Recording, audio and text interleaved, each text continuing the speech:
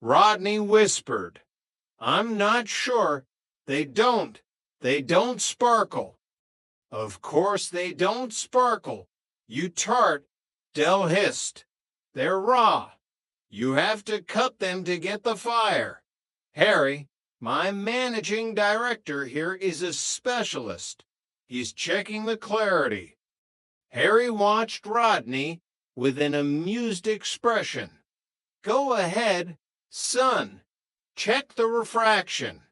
Check the density. Rodney held a stone up to the light. His two GCEs, one of which was in art, were being pushed to their absolute limit. He remembered a documentary he'd seen on the Discovery Channel about diamond mining.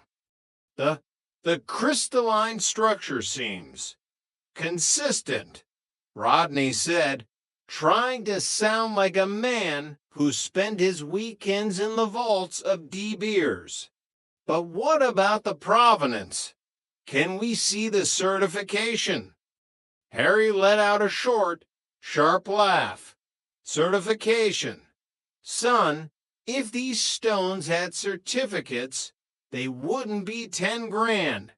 They'd be 50.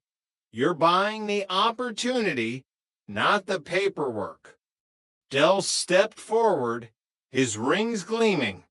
We understand the risks, Harry. We're traders. We live on the edge. Give us 24 hours to assemble the capital. You have until midday tomorrow, Harry said, sweeping the stones back into the bag. After that, they go to a buyer from Antwerp, and he doesn't ask questions about GCEs. Chapter 35. The Valuation. Back in the van, the atmosphere was electric with a mixture of greed and terror. 10 grand, Del, Rodney cried. Where are we going to get 10 grand? We haven't even got 10 pounds for the congestion charge. We've got the tactical money from the tournament, Del said, his mind racing. And I can sell the rest of the poultry sexers to a contact in the Highlands.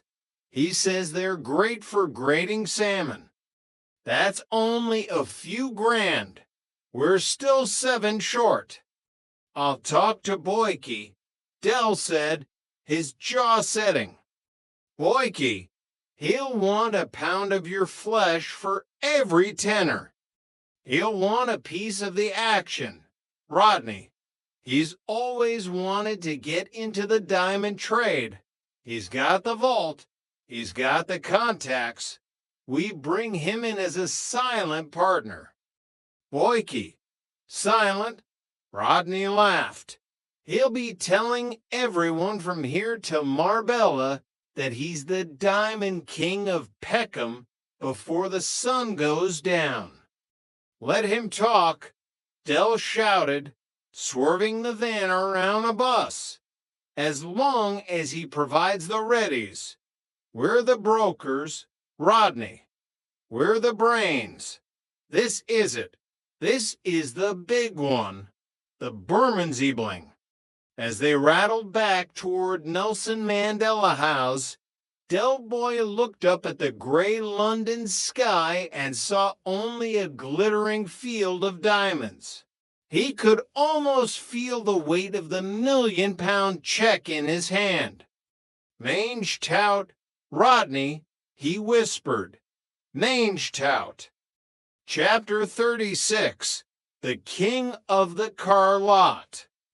Boyke's residence, the Chestnuts, stood as a monument to 80s aspiration and questionable architectural choices.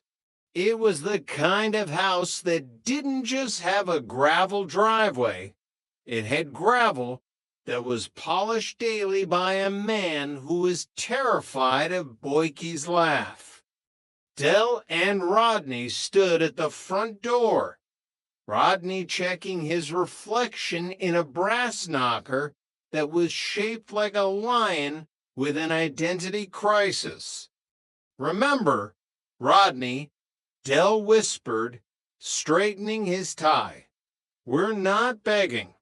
We're offering an unprecedented investment opportunity. We're the conduits of wealth." The door was opened by Marlene, who was wearing a tracksuit that had enough sequins to blind a low-flying pilot.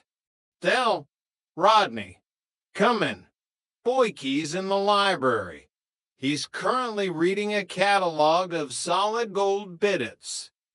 They were led into a room filled with leather-bound books that Boykey had clearly bought by the yard. Boykey was sitting behind a desk, looking like a man who had successfully privatized his own soul. "Derek, Rodney," Boykey drawled, not looking up. "I assume you're here about the poultry sexers. I've had 3 complaints from the SAS. Apparently, the haptic feedback turned out to be a short circuit that gave Mickey Pierce a permanent twitch. Ignore Mickey, Boykey, he's high-strung," Dell said, sitting down uninvited. "We're here about something much more. Refined. Diamonds. Industrial grade. High-clarity stones from a private vault in Soho." Boykey finally looked up, a flicker of interest behind his cold, calculating eyes. "Diamonds, you say? And let me guess, you need a small capital injection to secure the lot?"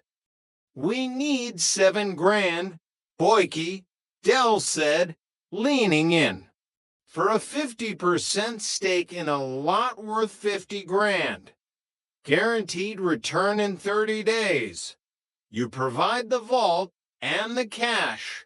We provide the expertise and the Soho connection."